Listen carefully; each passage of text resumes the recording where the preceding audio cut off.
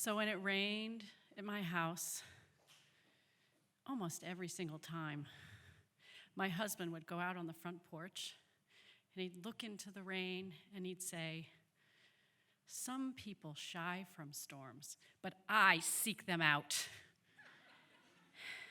He loved saying that. He also liked going on adventures, lots of them. And he announced to me one summer that we were going to Wyoming. We were going to backpack in the Tetons. And I was just like, okay, I've never done this, but I trust you. So this was before the internet, like, when they had an A and a B side kind of thing. He had to write to the National Park Service and request passes. And he had to send them a check. I don't know if you guys know what that is. But we had to wait and come back, and finally we got a package in the mail with passes for the dates we wanted to the campground, the campsites along the trail. It was a 4-night, 5-day backpacking trip. And my husband set to work getting these backpacks and, everything that would help us survive for 5 nights, including dehydrated food, how promising, and a little stove and propane tanks and rain gear, and an inordinate amount of trail mix. But also, he, for some reason, decided to put Tolkien's The Hobbit into the backpack. It was an old, yellowed paperback. And so we flew out to Jackson Hole. We got a rental car. We went to the base of the mountain. We put our packs on. We started heading up the mountain. And the way this works, you have to make it to a different site every night. So every night you had to make a certain number of miles. There was no GPS, folks. There was a paper map.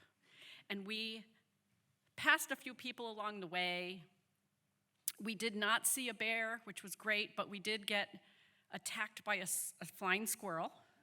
I don't know why I thought it was a good idea to tie rolls on the back of my backpack because I didn't want them to get crushed in the backpack. And the squirrel came flying out of a tree and landed on my backpack and started to chew at. And then there was the morning we woke up to giant pile of moose scat in front of our tent. And there was another night when a giant porcupine tried to get our mugs out of the tree and was hitting them like bongo drums in the middle of the night. And we're like, who has bongo drums in the middle of the woods, right? So we're going, and at some point I'm saying, I'm throwing this backpack over the mountain. I can't carry it anymore. And my husband said, you'll have to go get it then. So we kept going. And after 3 nights, we made it to Marion Lake, 10,000 feet up. A beautiful glacier lake. And I'm like, it's all downhill from here, which was what I wanted, right? So we made it up and we started down. So we had one more night to get to the last campsite. And we got there and we set up our tent. And I'm thinking, 3 hours in the morning and we'll be out of here. And I tried to be a good sport, but honest to God, I'm a glamper myself. So in the middle of the night, it starts to rain. And I don't mean like a light, delicate rain. I mean sheets of rain flying across, hitting the tent like, just imagine, right? To the point where we woke up in the morning, it's still raining so hard that we decide we're going to wait it out. This is where The Hobbit came into play. My husband roots around in the backpack and he pulls it out and he says, we're going to read this to each other until the rain stops. Like in the 3rd chapter, whenever Gandalf has convinced Bilbo to get on the road, to leave the Shire, we finally said, I think we're going to have to pack it up. So in the rain, raining as hard as you can imagine, we took a tent and we rolled it up, and it weighed I'm pretty sure 300 pounds. But my husband was a chivalrous man, and he put it on his back, and we walked. I call it a trail, but it was actually a river now. And we had to walk for 3 hours out in a river of water.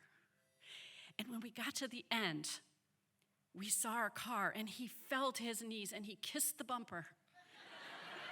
He did. I have a picture of that.